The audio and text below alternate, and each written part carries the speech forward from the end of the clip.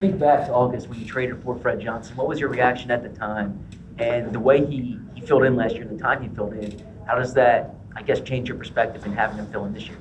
I have a lot of confidence in Fred. He's a great player. He's shown that, and he's always stepped in and been an anchor for us. So, obviously, Howie's very intentional in what he does, and we all have confidence in Fred. He had confidence in Fred, and I know he'll relish in this opportunity that's ahead of him.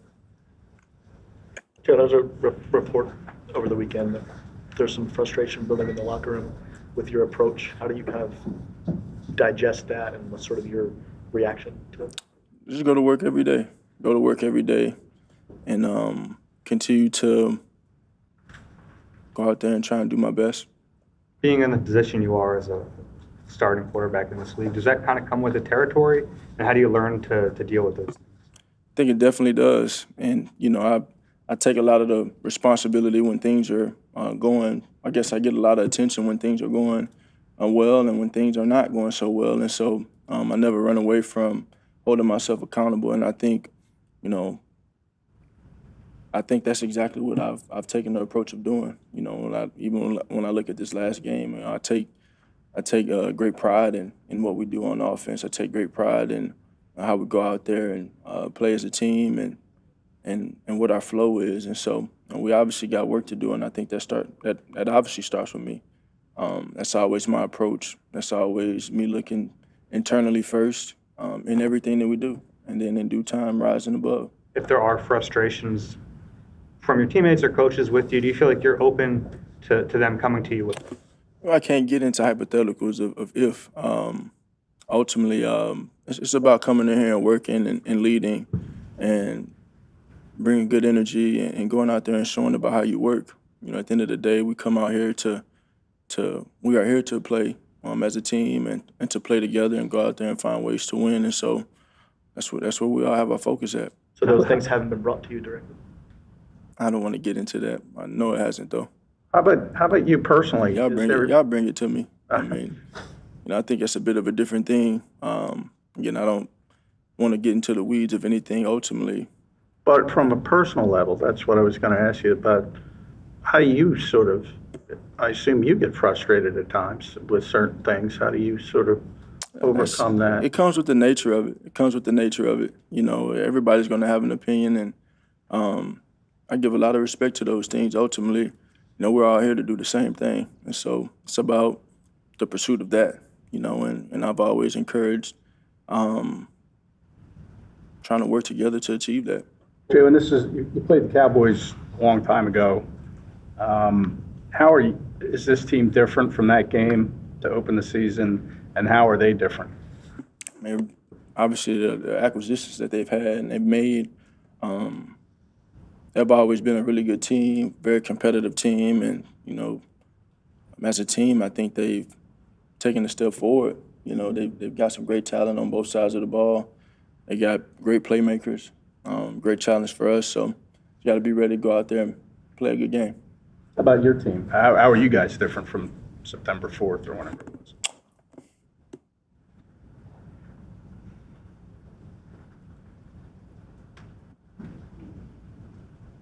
I mean, we won then, we win now. So, from a macro perspective, I mean, what else? There's I think when you look back at game one, we're not a finished product then, and I think when you look at us now, we're not a finished product. So, we're still building, still growing. How different is it for you as a quarterback when you face a team that brings a lot of pressure up the gut versus having like elite edge rushers? I just think that's kind of how they're built. It's great respect for the guys outside as well, but obviously the guys inside they want a lot of attention, and based off of the things that they've done in their careers, just the type of players they are. So it's just about standing firm in there and trying to stay on rhythm and ultimately go find the flow as an offense and then go out there and execute. That's what it comes down to. What's your background with Quentin Williams? And is he the type of player who, as a quarterback, you kind of have to know where he is given time? Yeah, definitely. Heck of a player, disruptive, fast, violent, really good player. Were you friendly with him at Alabama? Or? Yeah, he's a good friend of mine. As far as, you were saying you guys aren't quite a finished product offensively. Are you seeing signs, like, even though these last two games, I mean, obviously you didn't score a whole bunch of points going against really good defenses, like, are you seeing signs of getting closer to that point of being a finished product? And I think a lot of the things are internal wounds a bit, and it's about correcting those things. There's a lot of opportunities out there for us. We just got to go take advantage of them. And then I think, I've spoken on particulars and what we do, just having alignment in that, having a vision, and then going out there and establishing identity and then committing to it. I think over the course of the year, we've gone out there and played different styles of games and almost all of the games. And it's about sitting in something, committing to it, and then going out there and saying, this is what we're going to do, and push forward. You watch the course of the season. I watch the course of the season, and I don't think it's a capability thing. It's just a matter of having great focus and ultimately pursuing the same thing as an offensive unit and from a bigger perspective as a team. Do you think that gets overlooked sometimes, the fact that you won all these games despite, what's been going on and everything? Overlooked? Yeah, like from the outside, I guess, more so. I don't think it really matters in hindsight. I think for us, we just got to be committed to the same thing. Everybody's got to be on the same page, and we have to, set a definite vision of what things need to be, what they are, and then we pursue that, and then we grow and expound on that week after week. It's been fluctuating in our approach a bit, but we found ways to win. And in hindsight, that's why you play the game, but you have to play it with a bit of a presence, an identity. On that note, and sorry, it's kind of very similar to what you've been asked already, but because you have proven yourself as a winner, proven yourself as a quarterback who protects the football quite well, how surprising is it that there are these reported frustrations? I'm not surprised. I'm not surprised by anything. This is kind of the nature of the position, like I said, but, I put my energy and I put my focus on trying to go out there and do my best and trying to learn, trying to build, trying to take in the things that I can to improve. And so, I've said this before about winning and success and all those things. Like, that doesn't do you anything in the present. It's only an experience that you can lean on as you go forward. And so you lean on all those successes, you lean on all the trials, you lean on all the different things that you've experienced, you use them. Ultimately, it's about how you navigate what's in front of you and how you respond to these things. And so I think the response is more important than anything. It's about pushing forward, about finding ways to grow. There's always going to be something. There's always going to be something. There's always unknown. There's always another dynamic to a situation. Ultimately, it's about growth. That's why we play the game. That's why I play the game. That's why I play the position. I play the position to learn. I play the game because I love what it teaches you. And there's beauty in all of these lessons. And I think, all of the lessons that it's taught us in the past has brought us great success. And so I think lessons to be learned right now and where we are, we only go forward. In your time here, we've spoken often about yards after the catch, and it's at a low this year.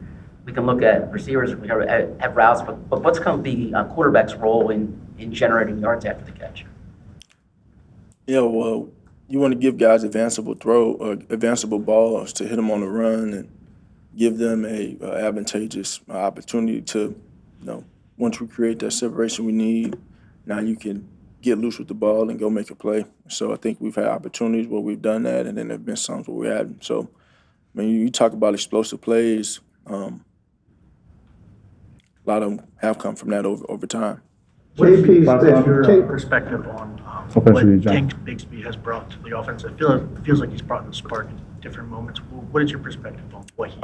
I'm a big fan. Of him as a player, but as a person who shows up and how he works. You see him running hard and dragging people and being very hard to bring down, almost undeniable. He practices just like that. He's giving the scout team fits, and then he's stepping in there and he's eager to take advantage of the opportunity, never hesitant to ask a question and try and make sure we're good and on the same page. And so it's been fun to watch him play when he gets those opportunities. KP's been pretty consistent saying it's been pretty good when you guys stay on schedule offensively. Yeah. The negative plays and those plays, besides the pre-snap penalties, which it's pretty obvious, have to clean that up. But the negative plays from the execution standpoint, what's that process like trying to clean those up each week? Yeah, I mean, you talk about it a lot, and at some point you just got to go out there and do it, and that's where we are. We're working towards trying to bring it to action and bring it to light. I look back at this last game, I look at a lot of these games. There's always different things that come up, but it's kind of been a similar trend in that. And so we're working towards it. But this last game specifically, I mean, got an opportunity to score a touchdown, but we have a ball handling error in the backfield. We got little things or the false start to try and convert the first down. I mean, these are all things that we can control. Being on the same page on all fronts as an offense, knowing our assignments, knowing the key, knowing the fundamentals of how we do it, having it detailed out so we're all executing with the expectation of whatever it is.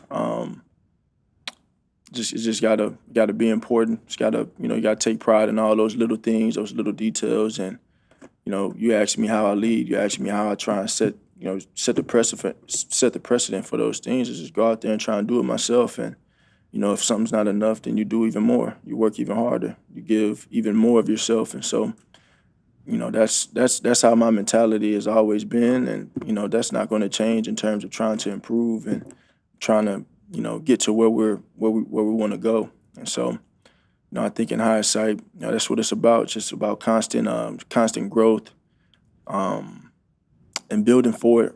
But you got to go out there and do it together. Nick, how different do the Cowboys look from first time you played them?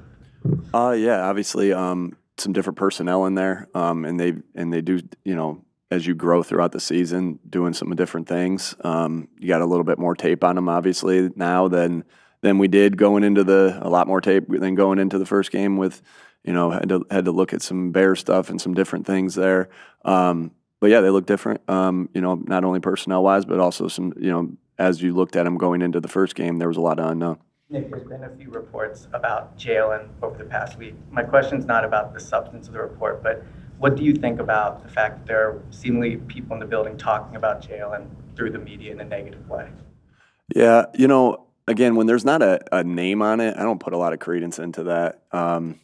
And, obviously, it's not good for me to read anything.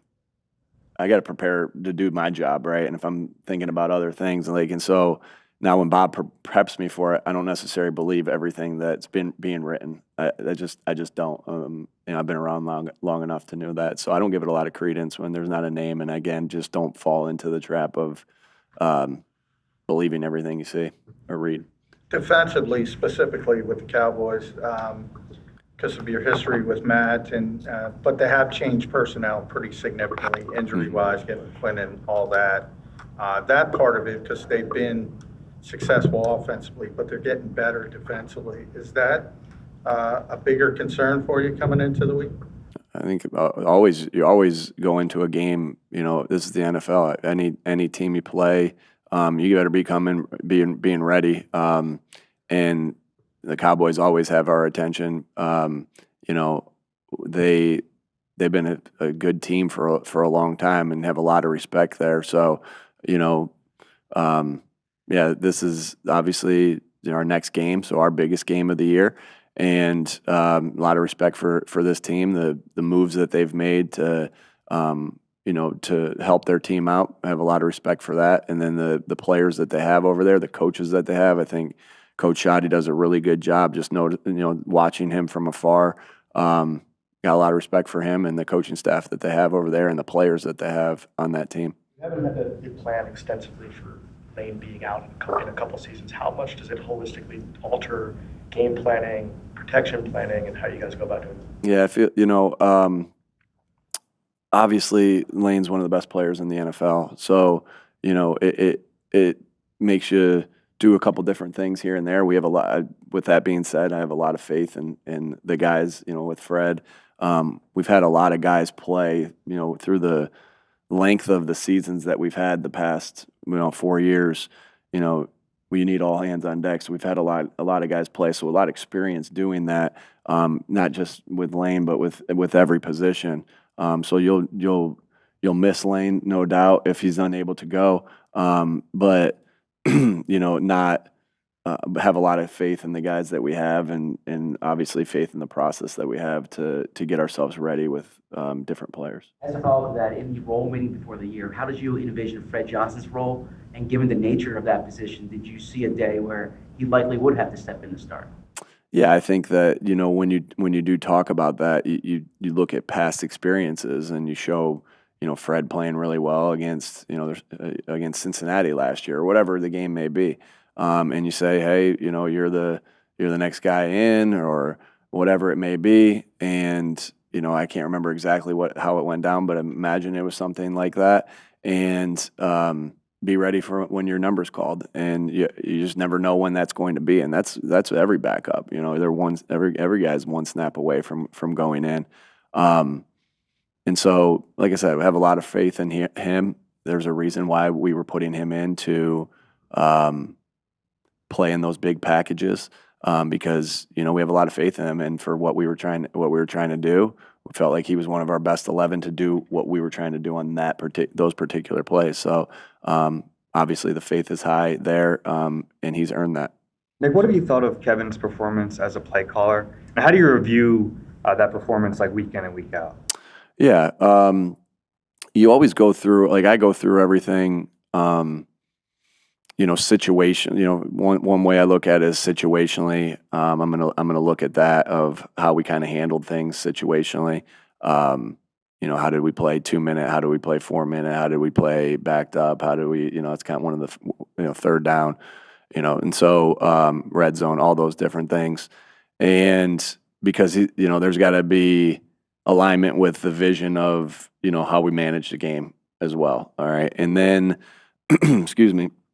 And then I'll look at, with the design or anything like that. Hey, was this issue an issue that we lost because of play design, or was this an issue that we lost because we didn't execute? Right, always going to look at that, and then just look at the flow of game. Why he's doing things, this and that. Hey, and maybe it's questions here and there. Hey, why did you do this here? Why did you do that there? So it's just the interactive part of it that I wouldn't say it's anything real unique, but it besides the things I just talked about, but more so the flow of how you watch every game together and every practice together. What do you think here? Hey, oh man, what if we, what if we'd have done this instead of that? And so, again, I think he's done a good job. We found ways to win. We have a lot to improve on. And he'll tell you he needs to continue to improve. We all need to continue to improve. But I think he's done a lot of good things, and then and he's got to continue getting better. What do you think has allowed Morrow to take the leap that he has this year? Yeah, this guy, I wish you guys could see every day. There's sometimes I don't want you guys in here at all, and then there's sometimes I wish you guys could see everything every day. I'm just teasing, but I wish you could see the everyday process that he goes through. Man, it's not a surprise to me that, and it may be a surprise to everybody else, or I don't know. I don't know what the thought process is there, but it's not, when I see a guy work the way he works on a daily basis, consistently, over and over and over again, and you guys get to see how hard he plays in the game. I mean, his motor is constantly running, and he can't turn that off. Like he does that in everything that he does. He does that with how he leads his teammates. He does that with how he practices. He does that with how he walks through. He does that with how he meets. And it's like a guy like that who loves football, who's ultra tough, who gives everything he has every moment. God willing, those guys are going to reach their ceiling. They have no choice. There's no other choice. Like, you can't put in the work that he puts in with the relentless effort that he puts it in with and not reach your ceiling if God willing. So, as good of and as talented as he is, as you hear it in my answer, it's all about the other stuff that he has, in his, with how he kind of goes through about his business. How about with Jordan Davis won the NFC Defensive Player of the Week this week. What's your vantage point on his development? Yeah, just proud of him. Because I think what a great example of the world that we live in today, instant gratification. And he had to go through some ups and downs. Always has made plays for us. Whether starting in 2022, but there's been ups and downs in his career, and he's just continued to put his head down and work. He's got himself in the best shape of his life. I think he's seeing that, and it's paying off. And yeah, just can't say anything more, but just happy for him, and because of all the work that he's put into to get that acknowledgement that he got from the NFL, and he's been playing really good football, and that, yeah, it's awesome to be able to talk about those guys like Morrow and Jordan, and their continued development, because they're really helping us win games. You mentioned Rathman the other day on protecting the ball. Is there anybody on the other side of the ball that, through your course of the years, that has really influenced the way you try to take away the ball? I thought Coach Eberflus was really good in that aspect, and obviously Gannon was with him, and so Jonathan and I thought about that the exact same way. But I always thought that Coach Eberflus was really good at emphasizing that, being that his background just with the, with the Tampa 2 stuff and the old Bears, and I'm not saying he was there during that Bears era, but he had those ties there, and they won so many games that way. So yeah, I give Coach, I purposely left him out the other day because I didn't want to give him any praise going into our game. But I think that Coach Rathman, Coach Singleton, Coach Eberflus all have had a good influence on me as far as the protecting the football and taking the football away. A lot of the 3 and outs have come when you guys have been backed up. I imagine percentage-wise, most teams go more 3 and out in that area. But have you identified what it is, and how can you guys kind of break that tendency of going 3 and out or being backed up? Going 3 and out when you are backed up. Yeah. I think that there are common themes. Obviously won't get into the specifics there, but, being in 3rd and long, I've been saying that all year. When you're in 3rd and long, it's harder to convert it, obviously, than 3rd and 2 to 6 or 2 to 5 or whatever it is. And so it's being efficient on those plays and, eliminating some of the things that put you in the hole, whether that's a penalty, whether that's a negative play. And again, when I say those things, I'm looking at everybody. It's the play call, it's the execution, it's everything.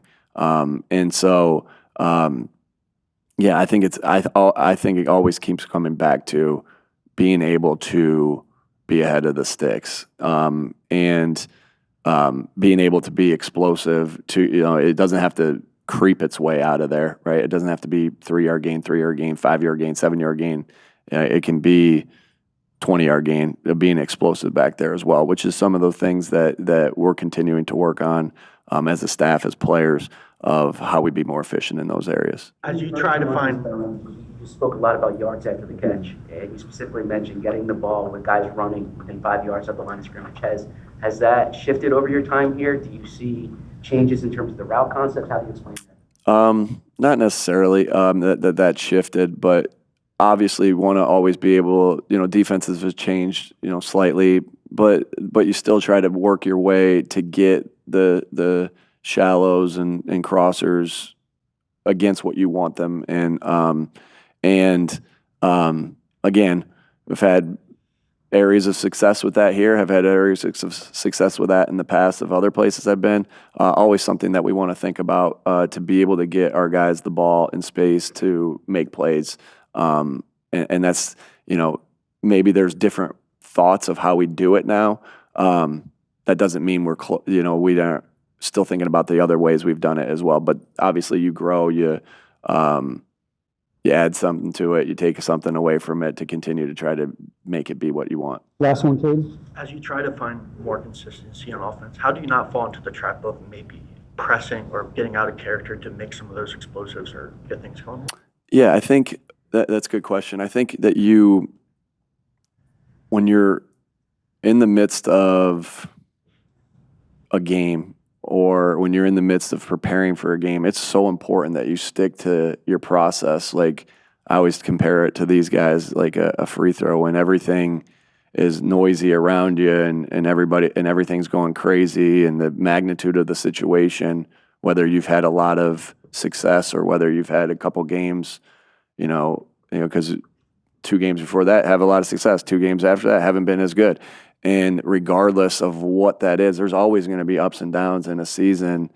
There's always going to be ups and downs in a life. Like, I try to put as much of this into life as I possibly can, because my job's not, the way I look at my job is not just to help them become better football players. I want to help them become better men. And it's being locked in, laser focused on the process, your dribbles, instead of, what appears to be chaos or comfort or whatever it is. And so you attack it the exact same way. All right, thanks, folks.